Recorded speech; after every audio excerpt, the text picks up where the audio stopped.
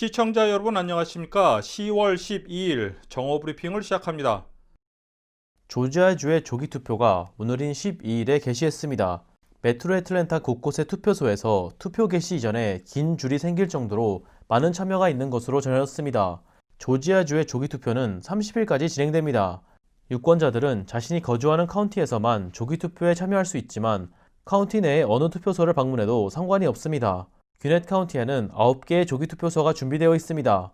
풀턴 카운티에는 조지아 최대의 투표소인 스테이트팜 아레나를 포함해 30개의 투표소가 준비되어 있습니다.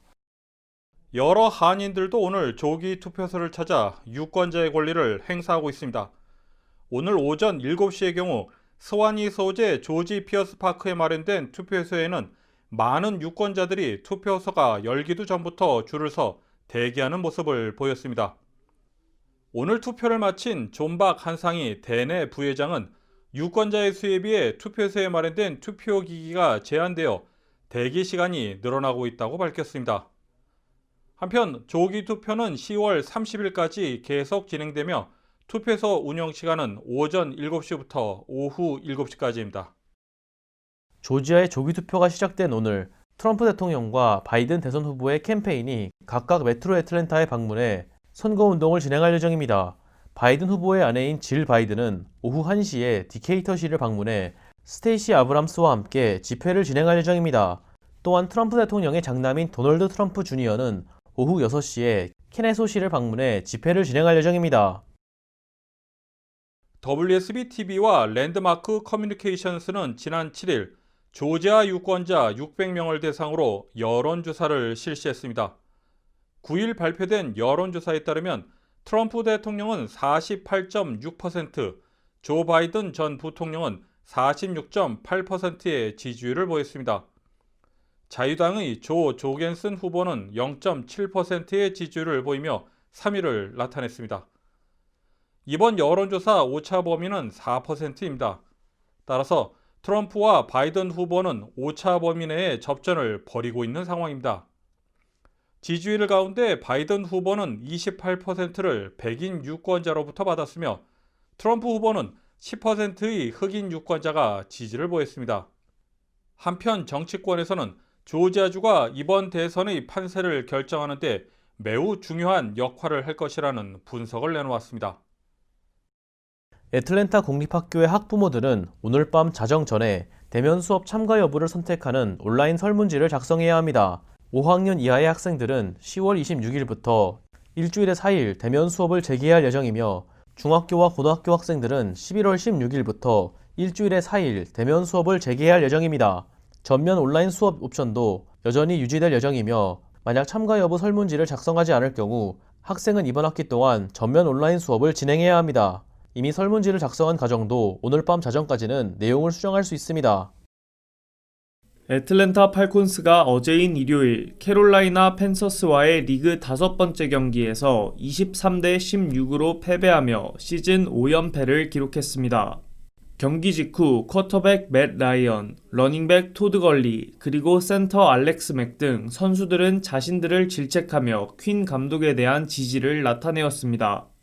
하지만 이후 저녁 9시 49분경 애틀랜타 팔콘스는 발표를 통해 댄 퀸 감독과 토마스 디미트로프 GM을 해고했습니다. 아서 블랭크 애틀랜타 팔콘스 구단주는 그들의 리더십과 열정에 대해 말하며 구단을 위한 수년간의 헌신에 대한 감사를 표했습니다.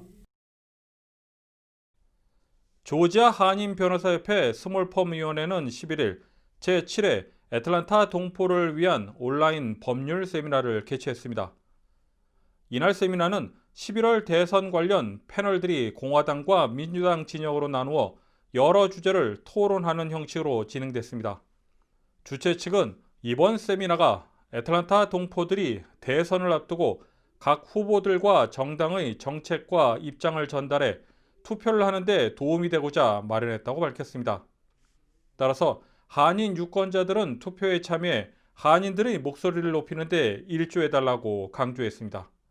보다 자세한 내용은 오늘 저녁 뉴스를 통해 보도해드리겠습니다.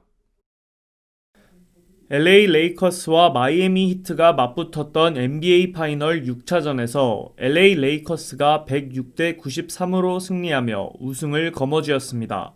이번 시즌 팀의 프랜차이즈 스타이자 17번의 우승 중 5번의 우승을 이끌었던 전설적인 선수 코비 브라이언트가 헬리콥터 사고로 세상을 떠나게 되면서 이번 우승이 레이커스 프랜차이즈에게는 더욱 의미 있는 우승으로 기록되었습니다. 또한 이번 우승으로 인해 보스턴 셀틱스가 보유하고 있던 최다 우승 기록인 17번의 우승 기록과 타이를 이루면서 역사적인 라이벌 중 누가 다시 앞서 나갈지에 대한 귀추가 주목되고 있습니다. 이번 우승으로 르브론 제임스는 커리어 4번째 우승을 기록하게 되었고 라존 론도는 역사상 유일하게 셀틱스와 레이커스 두 팀에서 우승을 한 선수가 되었습니다. 오늘인 12일에 코로나19 현황을 전해드립니다. 오전 10시 기준 미국 내 코로나19 누적 확진 환자는 799만 3,215명, 누적 사망자는 21만 9,708명입니다. 어제 하루 동안 신규 확진 환자는 4만 1,935명 늘었고 신규 사망자는 325명 증가했습니다. 다음은 조지아주 코로나19 현황입니다. 주 보건당국의 어제인 11일 오후 2시 50분 집계에 따르면 조지아주의 누적 확진 환자는 33만 1,409명, 누적 사망자는 7,416명으로 집계됐습니다. 신규 확진 환자는 1,162명 증가했고 신규 사망자는 23명 증가했습니다. 다음은 카운티별 집계입니다. 풀턴 카운티 누적 확진 환자 29,072명, 누적 사망자는 591명입니다. 귀넷 카운티 누적 확진 환자 28,796명, 누적 사망자는 424명입니다. 캅 카운티 누적 확진 환자 2545명, 누적 사망자는 442명입니다. 이상으로 정오 브리핑을 마칩니다. 시청해주신 여러분 고맙습니다.